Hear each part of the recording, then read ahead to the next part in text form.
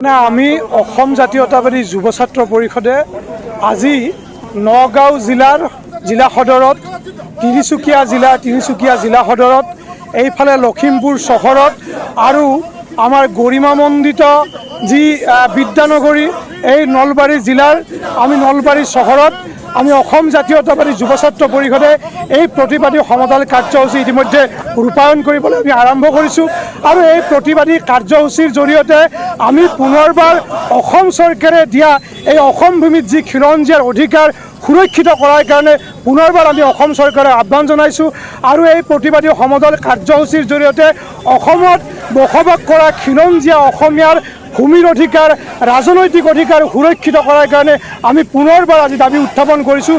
শেহতীয়াভাৱে আমি সকলোৱে লক্ষ্য কৰিছোঁ যে সিদিনা কাৰ্বি আংলং জিলাত কাৰ্বি জনগোষ্ঠীসকলক যিসকলক অসমীয়া জাতিৰ কলম্বাছ বুলি আখ্যা দিয়া হয় সেই কাৰ্বিসকলক বহিৰাগত বনিয়াই কাৰ্বি ভূমিত থিয় হৈ কাৰ্বি চাইনিজ গো বেক বুলি যি ধ্বনি দিয়া হৈছে ইতিমধ্যে ধ্বনি উত্থাপন কৰিছে। কাৰ্বিসকলক আঁতৰি যোৱাৰ কাৰণে কাৰ্বিসকলক মুৰ্দাবাদ দিয়া হৈছে।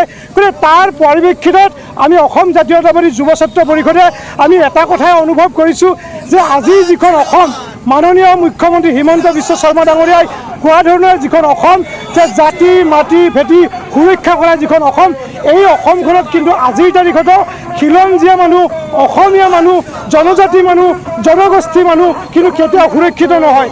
আজি যদি কাৰ্বি আংলঙত কাৰ্বিসকলক যদি কোনোবাই গো বেক দিয়ে যদি আমাৰ বিটিআৰ অঞ্চলত যদি কোনোবাই তাত উপস্থিত হৈ বড়ো ভাইসকলক যদি গো বেক ধ্বনি দিয়া হয় তেতিয়া এটা কথা একেবাৰে স্পষ্ট যে এই কথাখিনি আমি অসম জাতীয়তাবাদী যুৱ ছাত্ৰ পৰিষদে কেতিয়াও মানি নলওঁ।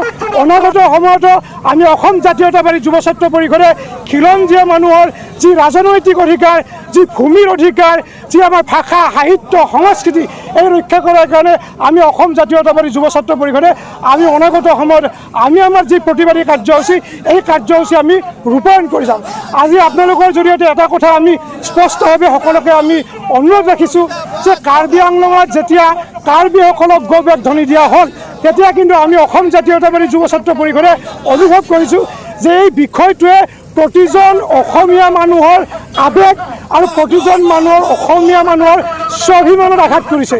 গতিকে প্ৰত্যেকজন অসমীয়া মানুহে এই যি খিলঞ্জীয়া মানুহৰ অসমত যে লাহে লাহে খিলঞ্জীয়া মানুহৰ যে আজি অধিকাৰ নোহোৱা হৈছে বহিৰাগত বনিয়াই অসমৰ যে আজি ভূমি দখল কৰিছে আৰু ক'ৰবাত নহয় ক'ৰবাত চৰকাৰখনে বহিৰাগত বনিয়াক এই একেবাৰে ৰঙা দলি চাপাই দি অসমৰ খিলঞ্জীয়া মানুহক নিশেষ কৰাৰ এক ষড়যন্ত্ৰ কিন্তু আৰম্ভ কৰিছে।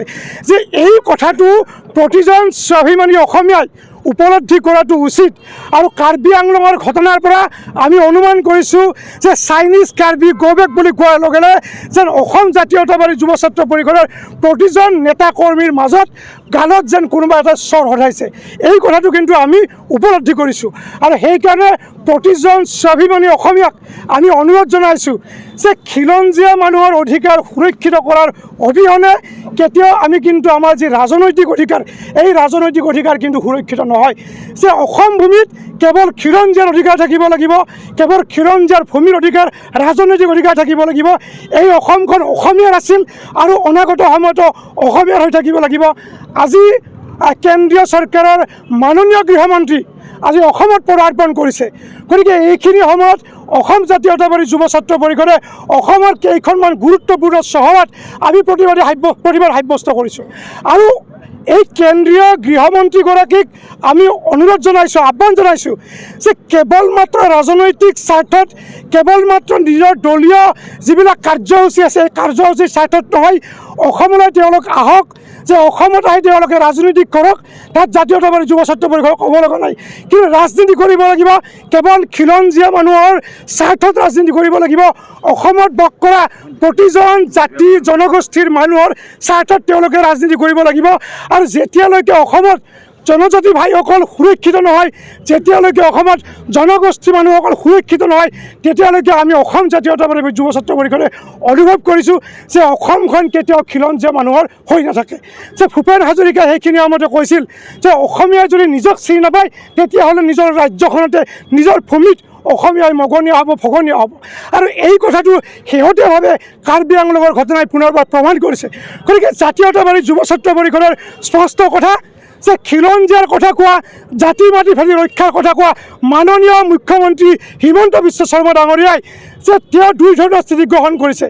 কেতিয়াবা খিলঞ্জীয়া মানুহক উচ্ছেদ কৰিছে, কিন্তু আজি কাৰ্বি আংলঙত তেওঁৰ যিখন এই যে উচ্ছেদৰ বুলডোজাৰ এইখন থমকি ৰৈছে। যে কিহৰ কাৰণে থমকি ৰৈছে? যে তাত বাহিৰাগত বনিয়াক তেওঁলোকে বৰপিৰাব দিছে। হাজাৰ হাজাৰ বিঘা মাটি তেওঁলোকে অনা অসমীয়া বহিৰাগতক তেওঁলোকে উদ্যোগ স্থাপনৰ নামত দিয়া হৈছে। গতিকে তেনেস্থলত যে তেওঁ দুটা স্থিতি গ্ৰহণ কৰিছে, এফালে তেওঁ অসমৰ বিভিন্ন ঠাইত খিলঞ্জীয়া মানুহক উচ্ছেদ কৰিছে আৰু একেবাৰে ভূমিহীন কৰি দিয়া হৈছে। কিন্তু আৰু অন্য হাতে যদি আমি চাওঁ যে কাৰ্বি আংলঙত তেওঁৰ স্থিতি কিন্তু অন্য এটা ধৰণৰ। তেওঁ বিভিন্ন সময়ত কৈছে যে উচ্চ ন্যায়ালয়ৰ ৰেহাই দি তেওঁ কৈছে যে ইয়াত উচ্ছেদৰ কথাখিনি বন্ধ কৰা হৈছে। গতিকে আমি মাননীয় মুখ্যমন্ত্ৰী মহোদয়ক আহ্বান জনাইছোঁ যে যদি প্ৰকৃতত তেওঁ এজন যদি অসমীয়া হয়, তেওঁ যদি খিলঞ্জীয়া মানুহ হয়, তেতিয়াহ'লে অসমত বসবাস কৰা প্ৰত্যেকটো জনগোষ্ঠী, প্ৰতিজন জনজাতি মানুহৰ হিয়াৰ যিটো মৰ্ম বেদনা এইখিনি তেওঁ উপলব্ধি কৰক। আৰু আমি আশা কৰিছোঁ যে অসমত যদি কোনোবাই থাকিব বিচাৰে প্ৰথমতে অসমীয়া হ'ব লাগিব। যি বহিৰাগত বনিয়াই আজি অসমত থাকি অসমীয়াক মুৰ্দাবাদ দিছে, মই আজি এই নলবাৰী চহৰৰ পৰা সমগ্ৰ নলবাৰীবাসীৰ লগতে সমগ্ৰ অসমৰ জনসাধাৰণক আহ্বান জনাইছোঁ যে অসম জাতীয়তাবাদী যুৱ ছাত্ৰ পৰিষদৰ যিখন সংগ্ৰাম, জাতি মাটি ভেটি আৰু খিলঞ্জীয়াৰ অধিকাৰ সুৰক্ষিত কৰাৰ যিখন সংগ্ৰাম, ৰাজনৈতিক অধিকাৰ সুৰক্ষিত কৰাৰ যিখন সংগ্ৰাম, এই সংগ্ৰামখনত সকলো ৰাইজ একত্ৰিত হওক, ঐক্যবদ্ধ হওক। প্ৰথম কথা হৈছে কি, অসম জাতীয়তাবাদী যুৱ ছাত্ৰ পৰিষদে সময়ে সময়ে অসমীয়াৰ অস্তিত্বক লৈ, খিলঞ্জীয়াক লৈ যিখিনি ভূমিকা গ্ৰহণ কৰিছে সকলো ৰাইজ জ্ঞাত। আৰু আমি আজি 4খন প্ৰধান চহৰত, অসমৰ প্ৰধান চহৰত আমি সমদল কাৰ্যসূচী ৰূপায়ণ কৰিছোঁ অসমীয়াৰ খিলঞ্জীয়াৰ যি অস্তিত্ব, সেই অস্তিত্ব ৰক্ষা কৰাৰ কাৰণে। আৰু আমি অসম চৰকাৰক অনুৰোধ জনাইছোঁ, মাননীয় মুখ্যমন্ত্ৰী মহোদয়ক অনুৰোধ জনাইছোঁ, তেখেতে সদায় খিলঞ্জীয়াৰ প্ৰতি থকা চৰকাৰ্যত জাতি মাটি ভেটি ৰক্ষাৰ কাৰণে তেখেতসকলে অগ্ৰসৰ হৈছিল আৰু অসমীয়া মানুহে উবুৰি খাই তেখেতসকলক আচলতে চৰকাৰত বহুৱাইছিল। তেনেস্থলত তেখেতসকলে কিন্তু যি মুছলিম অধ্যুষিত এৰিয়া আছে, যে অবৈধ বেদখল, সেই বেদখলকাৰীৰ কবলৰ পৰা তেখেতসকলে মুক্ত কৰিছে, আমি সকলোৱে সমৰ্থন জনাইছোঁ। কিন্তু সেইটো মুক্ত কৰাৰ বিনিময়ত এইটো নহয় যে খিলঞ্জীয়া সুৰক্ষিত হৈছে। আপোনালোকে দেখিছে কাৰ্বি পাহাৰত যিটো এতিয়া গোষ্ঠীগত সংঘৰ্ষৰ নিচিনা সৃষ্টি হৈছে, যি বাহিৰাগত মানুহে অসমীয়াক গৌৰৱক ধনি দিব পৰা হৈছে, এইটো দুৰ্ভাগ্যৰ কথা। গতিকে আমি অসম চৰকাৰক অনুৰোধ জনাইছোঁ, এই যি তেওঁলোকৰ ৰাজনীতি, সেই ৰাজনীতি বন্ধ হ'ব লাগে। আৰু জাতীয়তাবাদী যুৱ ছাত্ৰ পৰিষদে যেতিয়ালৈকে থাকিব আমাৰ সংগ্ৰাম অব্যাহত থাকিব আৰু খিলঞ্জীয়া ৰাইজৰ প্ৰতি আমি সদায় থাকিম আৰু সদায় ঐক্যবদ্ধভাৱে আমি সকলো ওলাই আহিব লাগিব। নহ'লে এদিন অস্তিত্বৰ সংকট অসমীয়া জাতি ভুগিব। তাৰ কাৰণে সমূহ অসমবাসী ৰাইজ এই সময়তে জাগ্ৰত হোৱা উচিত।